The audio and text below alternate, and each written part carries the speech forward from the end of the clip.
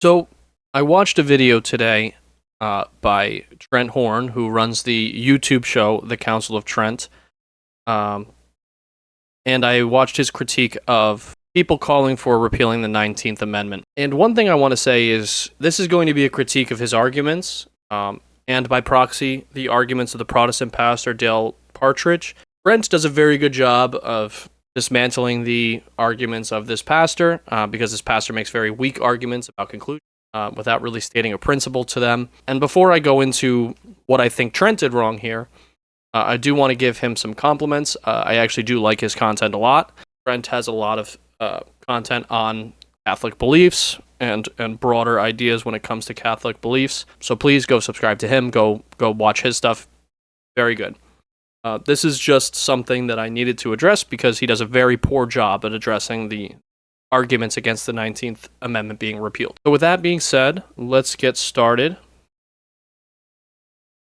Socialist candidate Zoran Mamdani won the New York City mayoral race with the support of 82% of young women.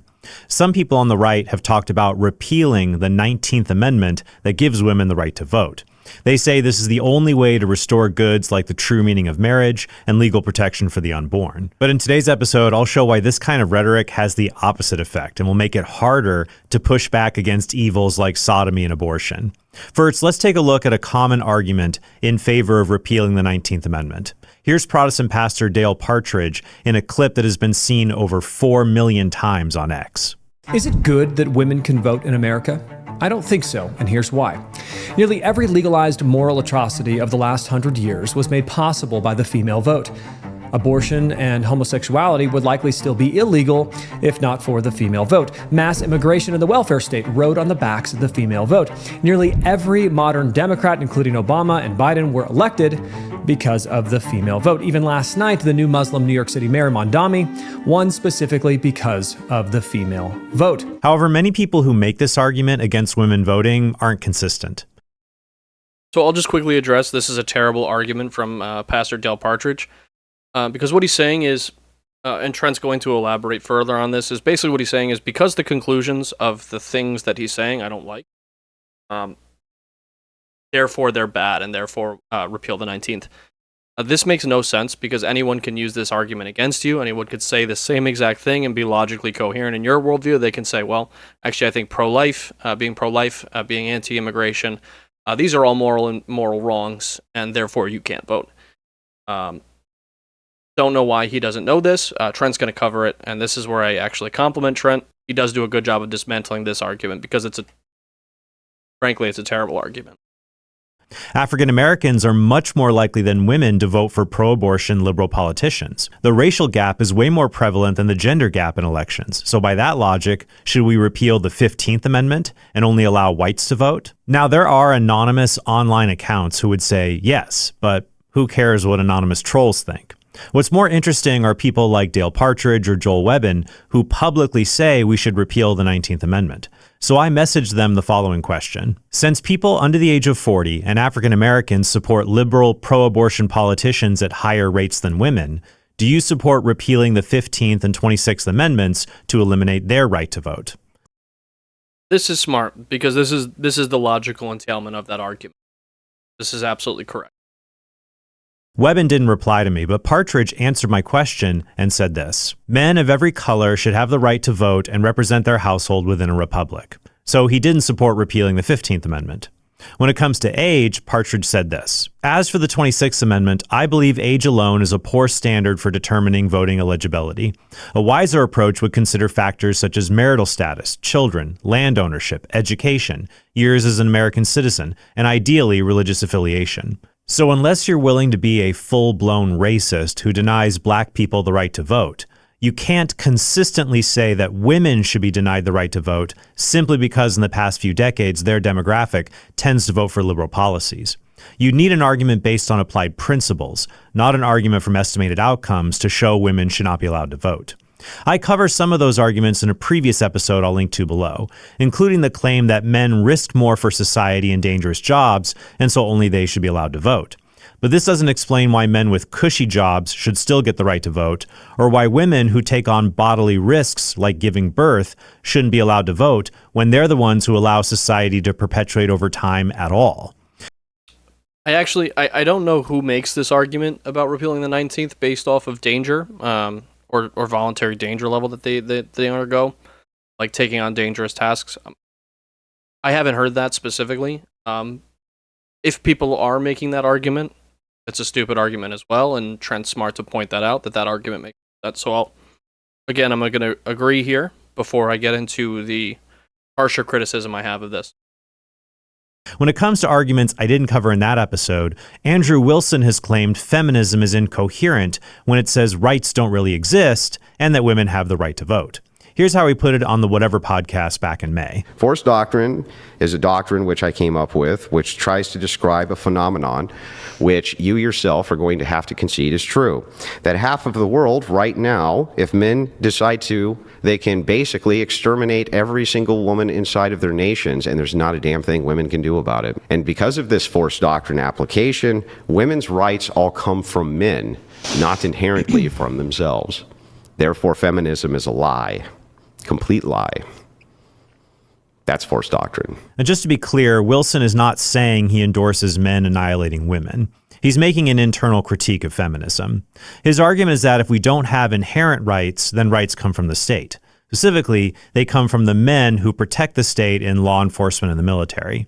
Therefore, feminists can't complain if the source of their rights takes away their rights. Now, I agree with Wilson that it's incoherent to say we have no natural rights, and that outlawing abortion violates the presumably natural right to control one's body. But a feminist could just tell Wilson that, unlike natural rights, social rights don't have to come merely from a brutocracy or rule by the strong. They can be part of a collective social contract that everyone, even the strong, recognizes better than brutocracy.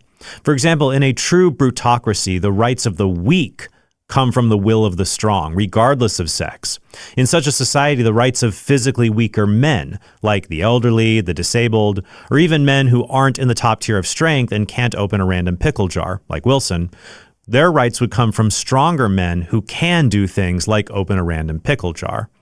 But the strongest 10% of society couldn't unilaterally control the weaker 90%, because even if you are individually weak, there's still strength in numbers, as noted in this great scene from the 1998 film A Bug's Life. Those puny little ants outnumber us 100 to 1. And if they ever figure that out, there goes our way of life. Given this reality, everyone might prefer a social contract where more people have a say in government, which reduces the need to have to constantly threaten force over other people to get your way.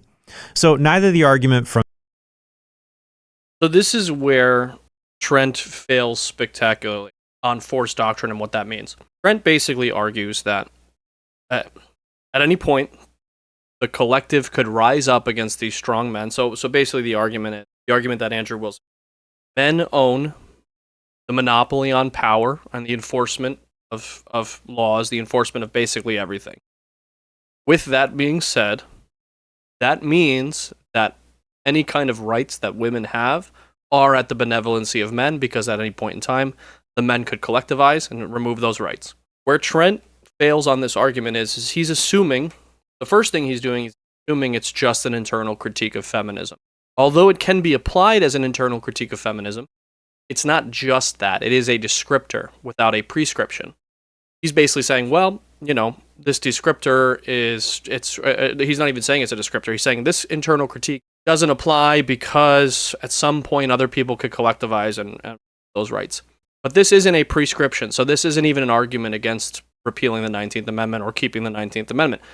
It's just a descriptor of how the world works. So what Trent then argues is, at any point, a collective could come together and fight this group of dictatorial men that are controlling society.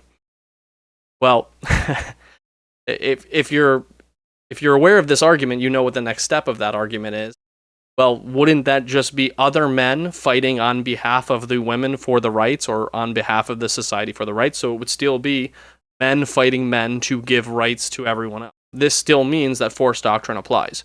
With that being said, this is a really, really It's a really, really terrible way to argue for women's rights using a descriptor improperly and then saying it's an internal critique, which it can be, but it's not only that, and then saying, well, because other men could collectivize, therefore women should have rights.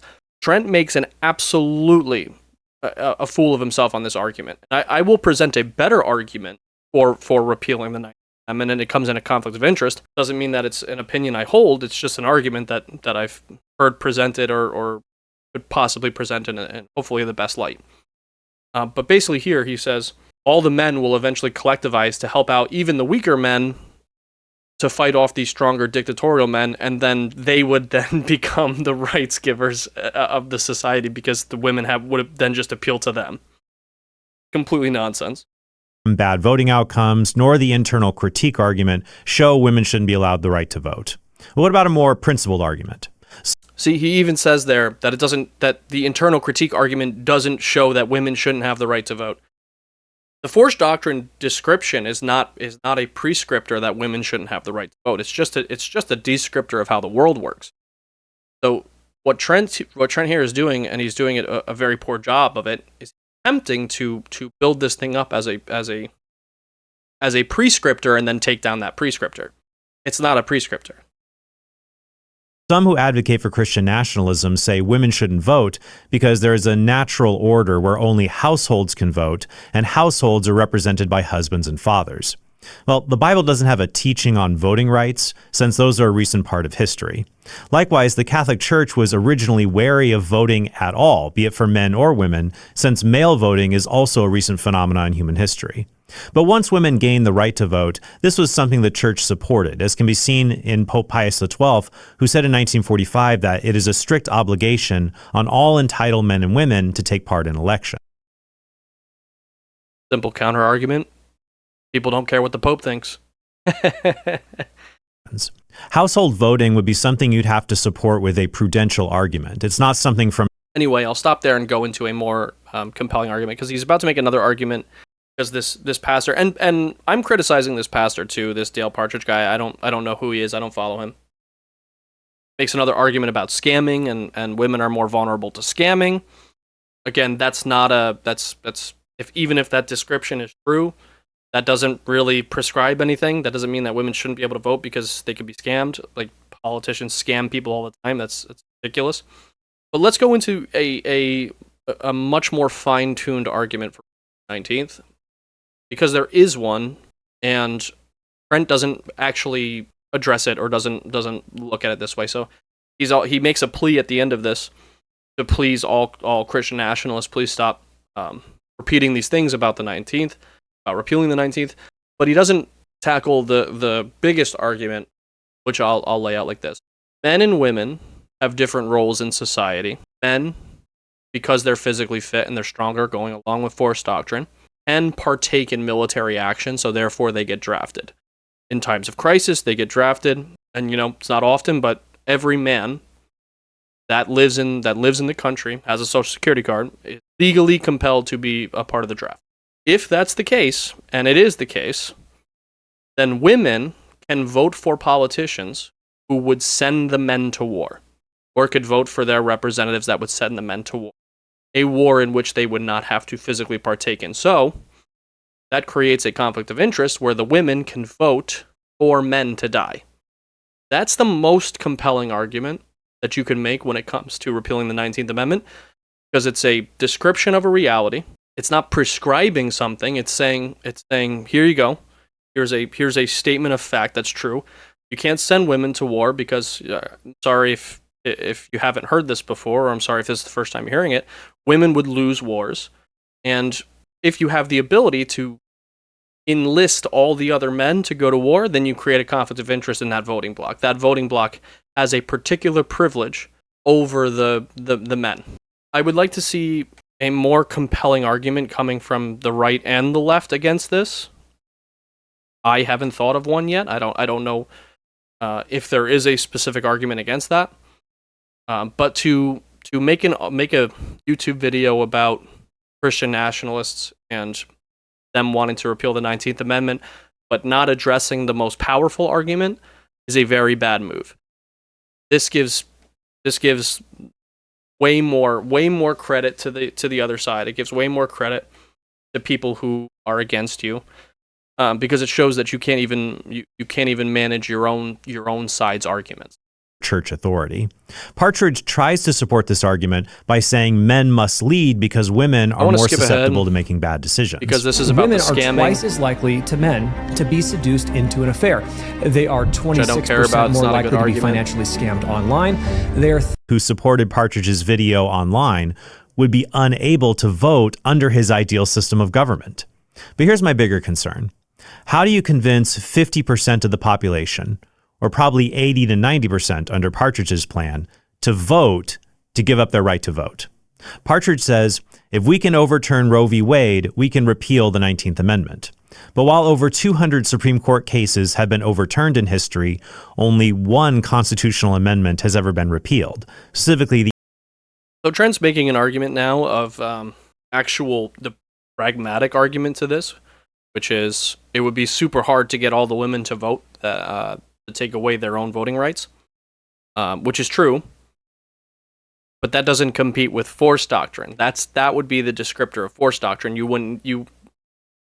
Men decided tomorrow that women couldn't vote, then they couldn't vote, and there's nothing women can do about it. So you wouldn't have to convince 80% of the population. You'd have to convince 50% of the male population, so 25% of the population. It'd be much lower. He also says there's only been one amendment that's been repealed. Okay, so there's precedent for amendments being repealed then. We have a system. You get 38 out of the 50 states to vote for it, and then you get, I believe it's 2/3 of House and Senate to vote for it, and then you repeal the amendment. So the pragmatic case, he's going to say, well, it's not really possible. That's not flushed out on his end. The 18th Amendment, which banned alcohol sales. It was overturned 14 years later because the law couldn't be enforced due to organized crime, and the government really needed tax revenue from alcohol sales during the Great Depression. Realistically, you'd have to spend several generations converting people to a traditional view of Christian society until a supermajority, at least 80%, would vote for it. But by that point, you wouldn't need to take away people's... No, force doctrine has the authority. Yes, in the